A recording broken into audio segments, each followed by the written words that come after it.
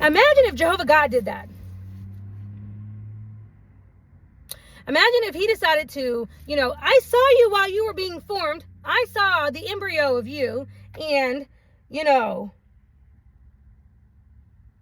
going to sweep all that under the rug, what I saw, and not help you. Because blah, blah, blah, blah. That's weird. That's weird.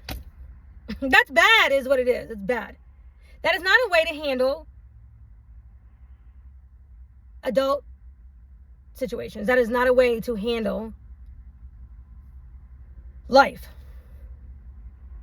If you are a man that is struggling with intimacy, being intimate, trust,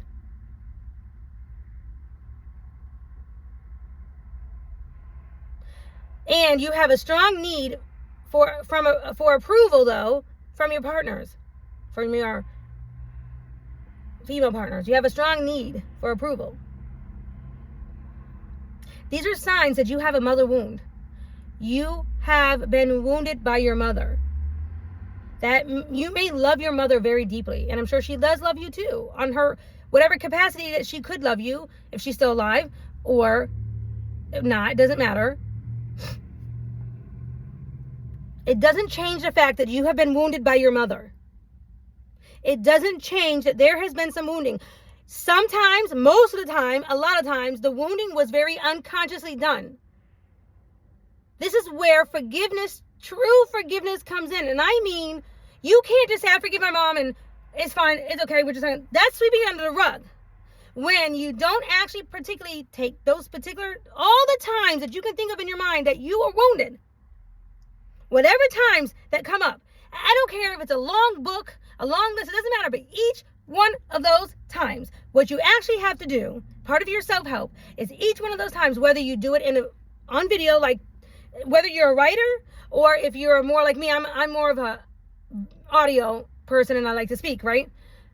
You're every one of those times, let's just say you were wounded, you got hurt by something, by your mother when you were 5 years old.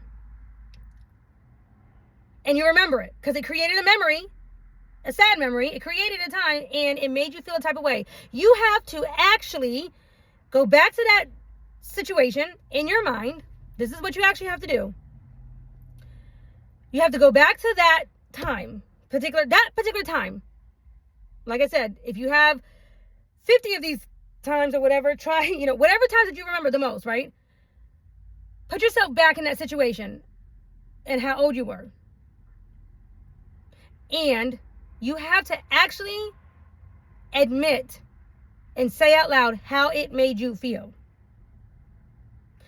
As if you were that age. So as if you were 5 years old and again, and as you're like meditating, you're going to say to yourself, or you're going to say out loud or whatever, or write down, when I was 5, I experienced XYZ. Mom, you did this. Mom, you said this. And I in turn internalized that, or went outside and lit a tree on fire, or I took my coloring page and balled it up and threw it away because you hurt my feelings because you said it was ugly. Whatever the case, right? But you have to say out loud how much that hurt you, that particular incident. And you have to talk to him. I'm talking, as if it was the boy. You have to talk to him and say, and now you as an adult have to say to him as a little child, Johnny, I can see why that hurt you when she did this. I can see how that made you feel. That wasn't right for her to do that. That wasn't right. You didn't deserve that. You did not deserve that. I am sorry that you had to experience that. But know that God loves you. God saw that too. And he doesn't want you still hurting from that incident. He doesn't want you to continue to hold that hurt in your pain, in your heart.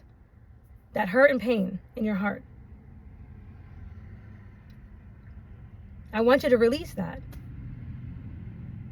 I want you to let that situation go to your Father. I love you. And I'm sorry that you experienced that. You were worthy of so much more. You didn't deserve that. And you don't deserve to be treated that way now. And you forgive yourself for allowing yourself to stay in that pain. And you forgive the person who caused you the pain. And you say, I forgive you, Mom, because you didn't know what you were doing. I forgive you. I also forgive myself because I was too young to be able to put boundaries up. I was too young. I didn't know how to do that. If you are an adult now and your mother is living, you are now old enough to say and recognize that that was wrong. That was toxic behavior. And I'm now putting up boundaries like, from this point on, Mom, I refuse to allow you to speak to me in a disrespectful manner. I refuse to allow you to speak over me. I refuse to allow you to call me names. And I refuse to accept this type of toxic behavior from you now. I am an adult and I am allowed to create boundaries in my life. And this is one of them. And if you cross these boundaries, I will have to let that conversation go. I will have to hang up the phone. I will have to remove myself from your presence, or I will have to stop seeing you or talking to you as much or being around you. If you have grandchildren, I will not I will have to put boundaries around the way you talk to my grandchildren. Whatever the case that you're dealing with, I don't know, whatever that is. If your mother has passed on, then you don't have to worry about creating boundaries, but you can now create boundaries even around the way you talk to yourself. Okay? If you're repeating what your mother said to you, your grandmother, your great-grandma, or somebody, your auntie, whoever, constantly said these things, that you are a bad boy, or you're lazy, or you're this, or you're stupid, or I knew you were never going to amount to nothing, you're an MF, or whatever. I've heard all these things, right? So you have to literally say to yourself, that's toxic. And I'm not going to repeat that too. I'm not even going to repeat what she said in my head. I have to stop that talk and then turn around and say, no, actually, I am a very good man. Actually, I'm a man of God. Actually, I have done some good things in my life. I am a good provider. Actually, I'm a hard worker. Actually, there are some things about me that are blah, blah, blah, blah, right? So you have to say it as if you're saying it to your mother, right? In your mind or whatever, because if she's not here, then that's part of it. The point is that each incident that you have gone through, each incident that has been traumatic to you, the most traumatic, you actually have to go revisit that incident in your mind and speak out loud or write down and release the pain of that. You have to release it. And you have to say, I release you. Okay? And you have to kind of relive that, but you also have to forgive it. Forgive it. And any other time that hurt and pain comes up, say to yourself again, that was an unfair situation that I dealt with. I had a very unfair situation. I am not responsible for that. I was a child when that happened. I was not responsible for their behaviors or their treatment towards me. Okay? And you have to recognize it for toxic. Recognize it for what it is and do not accept the pain of that anymore. But if you do not go back to these incidences and these things that hurt you, what will happen is, this is actually very psychological and very real. Pain and things that you have gone through will literally get stored into your body. Literally. This is a real thing. Literally. You will store pain and trauma in your body and it will come out like neck tics or back tics, back pain, different things. You can look this up. And then there is something called EFT tapping therapy, which will help to release different traumas and stuff as you're working them out. Or maybe as you're even, let's say, reliving and talking to your mother and saying, Mom, I didn't like when you did this to me. You can tap that out. It's a real thing. It's called EFT. Okay? EFT. Tapping therapy. You can look that up. I promise you. It's a real thing. There's a reason why you feel so good when you get massaged. When you go and get a massage and you get deep tissue massage, there's a reason why you feel good. Because you're releasing toxins, but you're also releasing trauma. You are helping to release trauma. That is a part of self-care. That is a part of self-care. That you feel worthy. Yes, you know what? I can go and get this massage. Yes, I can go to the gym. Yes, I can go and do this and do that. I can take care of myself. And this is part of my self-care to help release some of this trauma that I've been through. Or some of this pain that I have stored up on the inside. Okay? This is a real thing. Anyway, Now, okay, now let's see. It says, emotional symptoms. Low self-esteem, feeling of inadequacy. I'm not good enough. Mom said I wasn't good enough, so I'm not good enough. Difficulty self-soothing. Taking care of yourself, self-soothing. Anxiety. Having a lot of anxiety is worrying about the future. Sadness, true sadness is usually thinking about the past. Anxiety is usually thinking about things in the future, decisions that you have to make, or decisions with jobs or anything that's in the future coming up, a test or something, and you're having anxiety. It is a future event. Like, I was actually just discussing this with my son not too long ago, that he was having anxiety and a fear over something that hadn't even happened yet. It didn't even happen. It hasn't happened yet. It may not ever happen. And he was having anxiety about it. That there was no need to conjure up anxiety and fear on the inside for something that actually hasn't even happened, or you're not even sure if it may or if it will happen.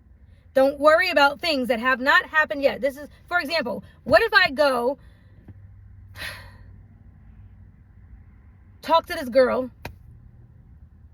and she turns me down and says, no, I want to ask her out to the date, or to the dance. And you go through 3 weeks of going around in your head of anxiety because you need to talk to that girl, or you want to talk to her, and you're just so afraid of what she's going to say. Well, you're literally living in fear this whole 3 weeks or 2 weeks or however long you need to talk to that girl, and afraid of what she might say, right? That is anxiety for the future, a future event. You don't know what she might say. She might say yes or no. What you do know is if you never ask her, it's going to be a no. You won't ever get it. You won't even get the opportunity. Okay? So you might as well release that anxiety and that fear. And instead of taking the energy of staying in your head and doing all this anxiety, it's better to just go ahead and just do it. Just go ahead and just do it. Because now you can at least release that thought. And no, you tried. But see, if your mother created anxiety, if you got anxiety like this too much, it's because you never got validated as a child from your mother. Your mother never said, good job. You make good decisions. I'm proud of you. You did good. Good job, son. I'm going to go and tell everybody about how proud I am of you.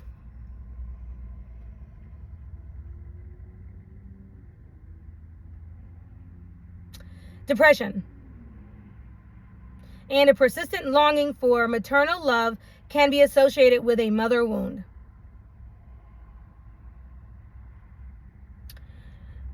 So maybe the only thing you got good validation for as a child or as a young adult or whatever from your parents or your mother was your work ethic. Maybe the only thing she said, good job, son, was because you would go to work and pay some bills. Maybe you paid her bills. Maybe your mother makes you pay her bills. Maybe she did that as a teenager, as a young adult. Maybe she did it also going into your adulthood. I know men that this has happened to. I know several men, not just one or two.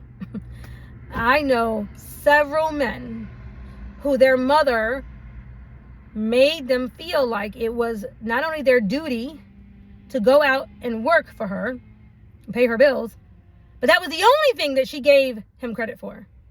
Now, the Bible does talk about taking care of your aging parents when they can't no longer take care of themselves. That's not what I'm talking about, because we absolutely have that as part of our worship to God. But I'm talking about specifically either as a child and you have adult parents and you're still even underage and she is sending you out into the world to go get a job to go pay her bills because her or her father or your father or her husband or somebody cannot do it between the two of them. So they put that adult responsibility onto a child. Any type of adult responsibility that you put onto a child who is not an adult or not ready for that responsibility is a form of mother wounding. It creates a mother wound. So let me give you another example. Mom says, Mom is crying or upset about something. I'm going to give you an example of me. I'm crying about daddy dying. Dad died and I'm crying and I'm upset. And I'm laid out on the bed, strung out, whatever, upset, hurt. I can't cook dinner. I can't do anything. I'm just laying here, depressed. And instead of picking up the phone and trying to get help from anybody else or from a therapist or from somebody else, I call my teenage son into the room to come and comfort me and take care of me, rub my back for me, and rub my feet, or whatever. I knew of a man who had to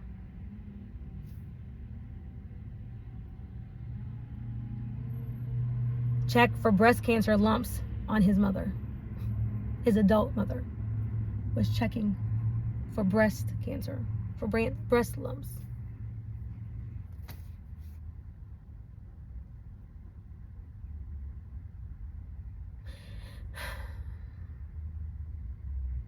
That's not normal. That's not normal. I'm sorry, that's not normal. And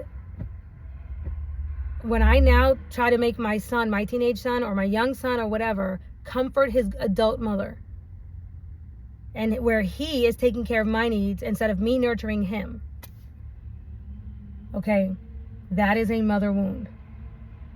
And you're creating a pattern, and you're creating an issue for that child to where he is now going to go out and look for other women who also have that same type of energy about them, where they're going to have to only, try to do things for them, trying to get the approval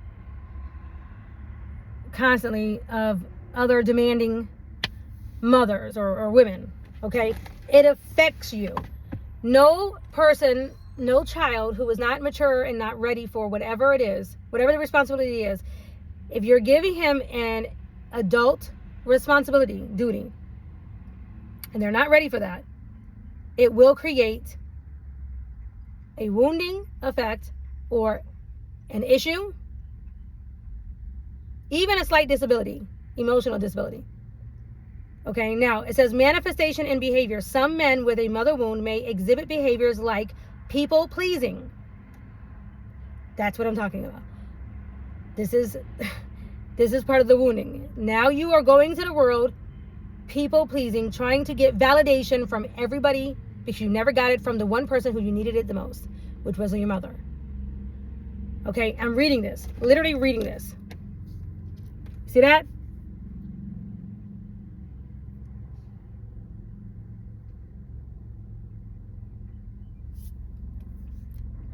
Manifestation and behavior. Some men with a mother wound may exhibit behaviors like people pleasing, codependency. I can't depend on myself. I don't want to be by myself. I can't live alone, or, not dependency, codependency, perfectionism, or excessive self-criticism, OCD. So maybe you're not codependent because your mother pounded down into you to be independent, okay? And so that's all she did respond to was you working your fingers to the bone from a child all the way up to grown, and now you made the money or whatever so that you can be independent, but actually you're so self-critical, so criticizing, so OCD, and have such a sense of perfectionism that nobody wants to live with you because you are so critical to others. Why? Because you're critical to yourself. Why? Because your mother did that to you. That was a mother wound. I've seen this. I've literally seen this. I have literally experienced this and seen this, okay? I've also seen where a mother will do certain things, say certain things, and it's almost like chopping the legs off of her son in a way so that he has to stay at home living with her, or so that he has to be codependent on her. He doesn't want her to, she doesn't want him to go and be a productive adult in society. Go and change the world, son. Go and be you. Go do you, boo. Go use your gifts for the better, for the world. Like, go and you know, get on top of the world. No, it's like, let me sabotage him so I can, you know, I'm like, in other words, let's say your son wants to go out and, you know, take a course on something so that he can make more money, so that he can be independent. And mom is like, oh, okay, maybe she even knows on a some level that if she comes out and says, don't do that, son, that might be wrong and discouraging. So she might just be like, oh, I'm sick, and I know you're supposed to be taking this course at 1 o'clock every day, but my nurse comes, or I need you to take me every day at 1 o'clock or something, instead of you doing your online course or whatever. She comes up with a reason to sabotage that so you can't finish the course. So you have to stay home and continue to live on her and be codependent on her, because she really does not want you to leave her, because she herself has abandonment issues. And then you marry, or let's just say, God forbid, you marry somebody just like that, and honestly, they want you to live with her mother, grandmother, whatever, and everybody wants to be codependent.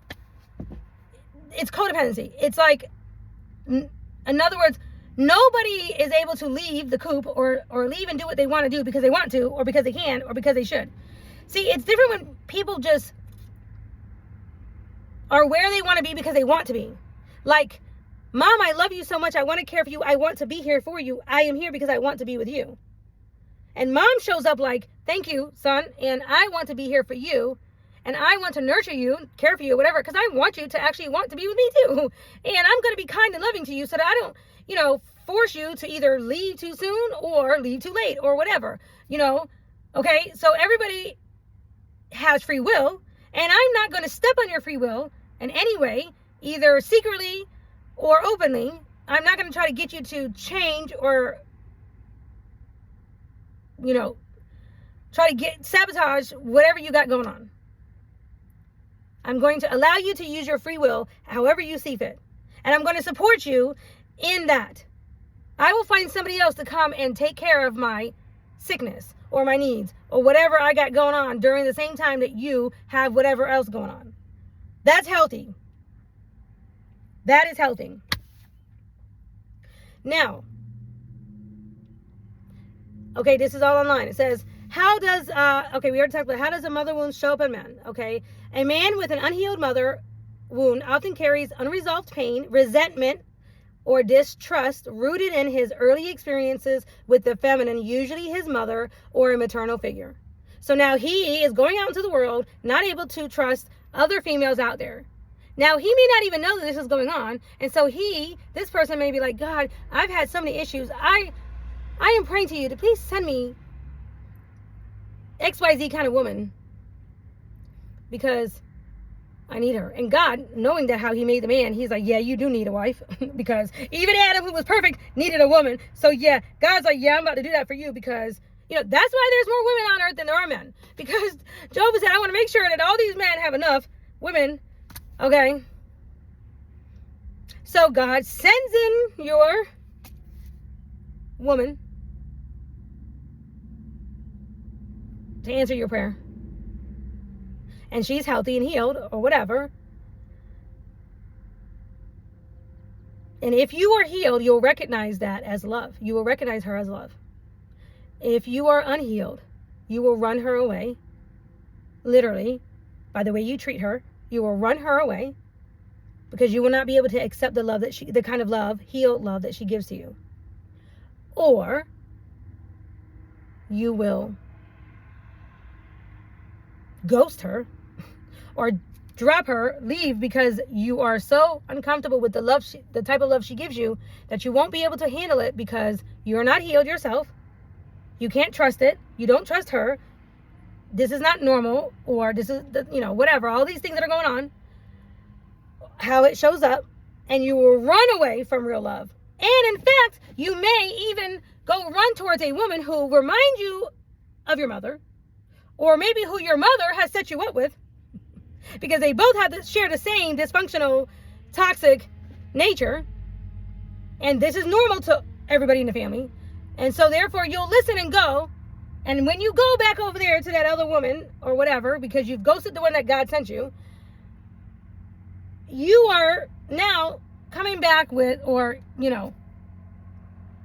a busted lip, being beat down, bruises, being hit, being screamed at hard, being emotionally abused, physically abused, being treated wrong, disrespected in every way, shape, or form, disrespected, not treated like a man, not given the type of real, true love that comes from God.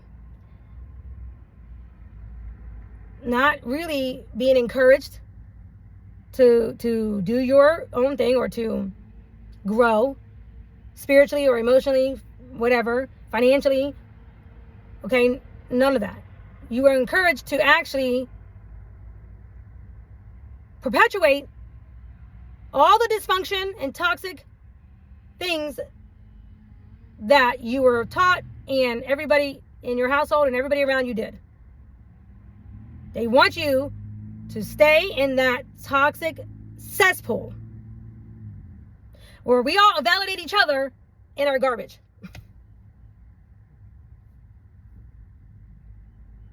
And if your mother wounding is very deep, you will go back to a toxic situation or go back and try to find a toxic woman who matches your level of toxicity. And then when you are cut up, busted up, beat down, depressed, getting high all the time, smoking your life away, drinking your life away, doing drugs, mad at the world, whatever, and now you're wondering, why is this still happening to me? Why am I allowing this to happen to me?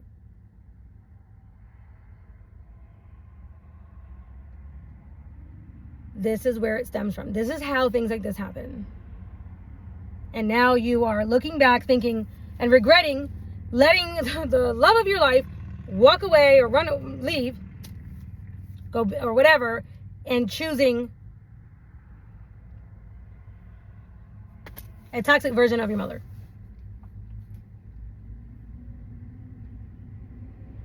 Because you wanted to people please everybody in your family and everybody in your community and everybody around you. You wanted to people please all of them and put your own needs on the back burner and not care about what you need. And your needs are now covered up and shoved down by smoking weed 3, 4, 5 times a day. And your mother and other people are perpetuating problem, calling you lazy or a bum or whatever. And it becomes this cycle of dysfunction, a never-ending cycle of dysfunction. Now, I'm going to read these other things on here. It says, how does an absent mother affect a man? An absent mother can impact a man's development in many ways, including attachment issues, low self-esteem, and trust issues. Insecure attachment. Men who have emotionally absent mothers may have a difficulty forming close relationships. Emotionally absent, meaning there is a difference. Let me show you what this looks like. Maybe you have a mother, if she was emotionally there for you when you came home from school, for example, and you walk through the door, an emotionally present mother will say, hey, son, how are you? Welcome him home. Give him a hug. Hey, how are you? How was school? Tell me about your day. I want to hear about it. What do you have? Schoolwork? Or what test do you have? Or, what happened today? And sit and listen to you. And interact. An emotionally not present mother will respond this way to the same activity. Your son comes home from school, and either she's in the room, not even acknowledging that you come home, she's at work and she's gone, and she's not even calling to see if you're okay, if there's anything needed or whatever. She ignores you when you, hey mom, I want to tell you about school. Mom, I want to tell you about this. And hold on. Maybe she's not even mean about it. Maybe she's just working. Hold on, I'm on the phone. Hold on, I'm doing this, I'm doing that, I'm working, I'm this, I'm that. I've been guilty of that sometimes, okay, but it is literally like I catch myself and be like, okay, I'm going to talk to you in a minute, not right now. I can't do it right now. I literally have to focus on work. But a mom who tries to be emotionally present will try at certain times like that of the day when, especially when kids are coming home from school and they want to emotionally connect or interact in that moment. There's a beckon for her, for nurturing, for love, for this connection. Okay, when they're real little, it's, hey, the kids are home, let me give you some milk and cookies, let me give you a snack. Hey, baby, let me give you some loving. And you want to rough them up and just kind of, okay, that's when they're real little, right? That's loving and nurturing. They know, it's like, they can tell you missed them. Their mommy missed them while you were gone at school, because for them, they were at school and a whole day, this whole world went by, and they want to come home now and share their world with you. And you, as a mom, have the ability to either shut them down or welcome it. That is the difference between an emotionally present mother and an emotionally not present mother. Okay? Now, it says attachment issues. So this is what comes up. This is what will come up. These low self-esteem, trust issues, attachment issues. They're insecurely attached or they're avoidantly attached. Men may develop this type of insecure attachment if their mother ignored them or treated them harshly. Now they are avoidantly attached. They're attached to somebody, but they avoid them. It's like, I love you, we're married, but I'm going to avoid you. Codependency. Men may develop unhealthy attachment styles if they don't have consistent parental figure model to model healthy behaviors. And it says codependency. It says low self-esteem issues, low self-worth. Men may internalize the lack of maternal presence and develop a low self-esteem. Inadequacy and sadness. Okay, that's another thing on the list. Men may struggle with feelings of inadequacy or sadness, which can manifest in anger. Trust issues. Difficulty trusting others. Men may struggle to trust others, even with reassurance. So even if the person that they are with or whatever is trying to reassure them, like, hey, I love you, I'm not going anywhere, I'm here for you. But my mom says that you're not good enough for me. Or my mom says that I'm not good enough for you.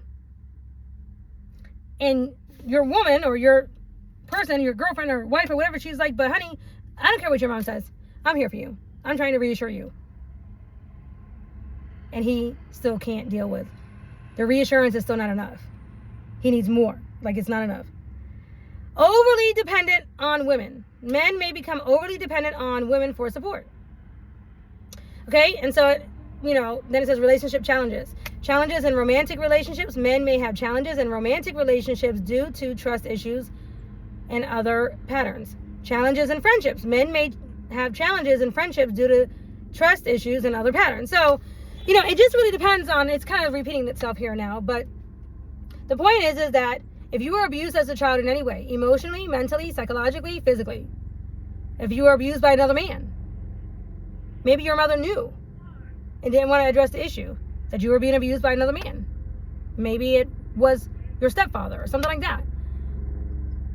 And she knew about it and she decided to stick her head in the sand. That's wrong. That's wrong. And it's time to reparent yourself. Believe me when I say, everybody at some point in their life takes a step back to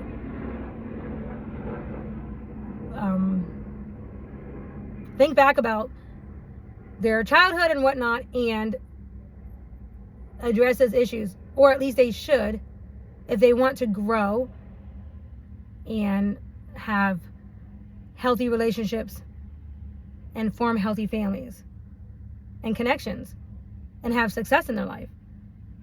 Okay, or even if at least when they have their own children, they might stop and say, you know what, I don't know if I want to parent my child the way that my mother parented me.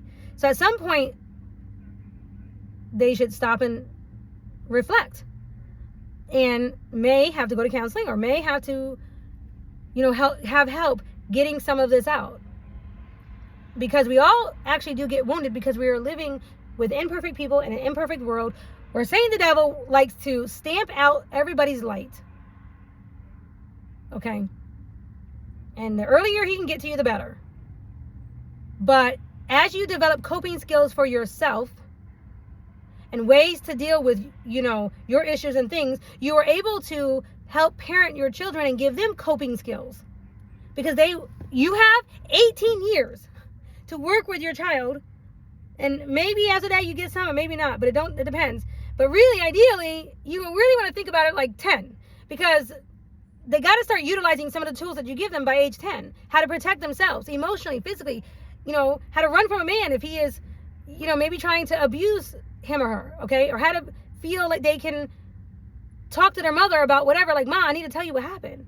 Okay? So you need to be able to work with your children and give them tools and security and nurturing enough that they feel like they can conquer whatever issues and things that they come up with in their life. By 10, really by 10. If at all possible, by 10. So it's a lot that goes into parenting children. Okay?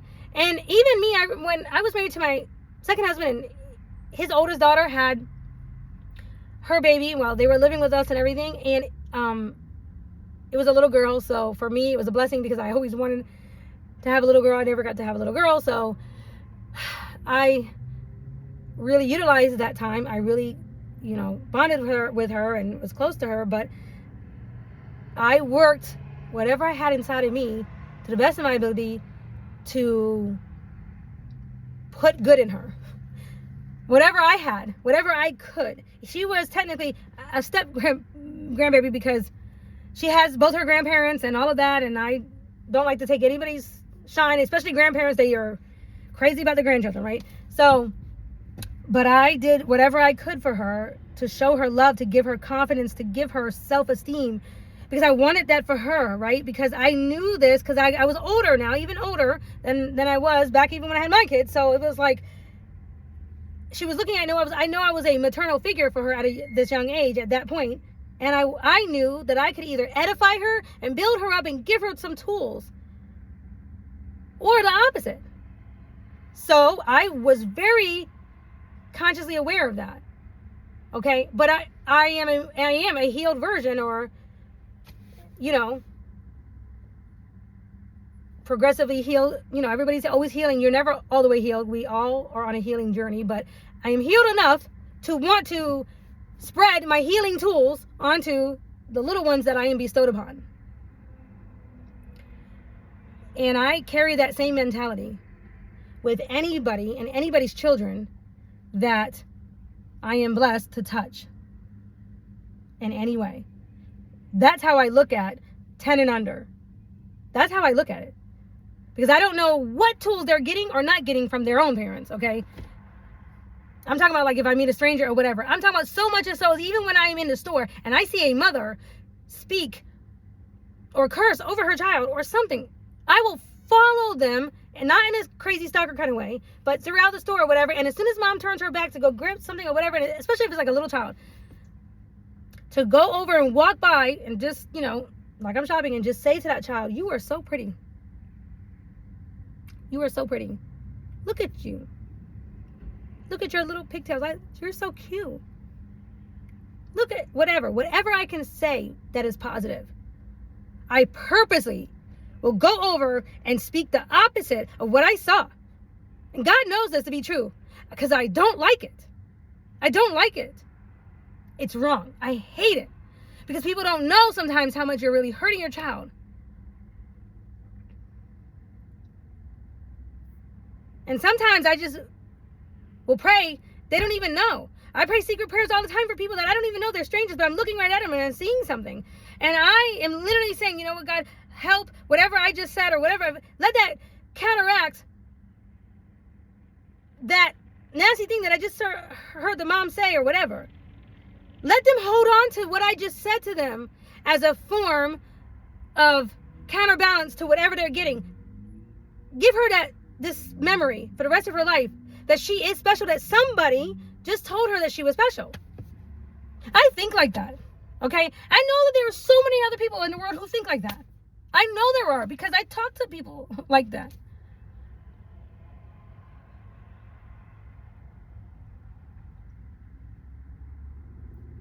It hurts me when I see other people who have been so traumatized, right?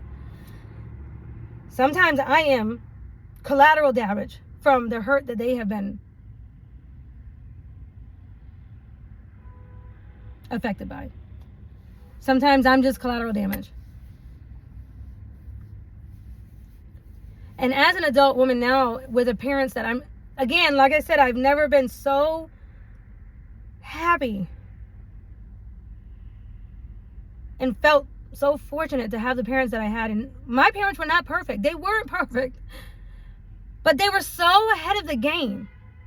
They were so strong and so ahead of the game. So full of spirit, Holy Spirit, and valuable. And they were just so valuable to me. And I am continued to show throughout my life how many tools I've used in my toolbox that have come from my parents. And I wish that I was that strong for my sons. Sometimes I feel like I was, sometimes, but I feel so robbed sometimes because when my husband died, my kids were 10 and 6. And I feel so robbed because my pain and the grief that took over was so hard for me to stay checked in. And it was like that for a good 5 years for sure. But it started to dissipate after the 5th year, but it affected my life. It affected the way that even I was able to move until around the 10-year mark. And as I was able to kind of come out and remember, okay, and how I was raised and things like that, and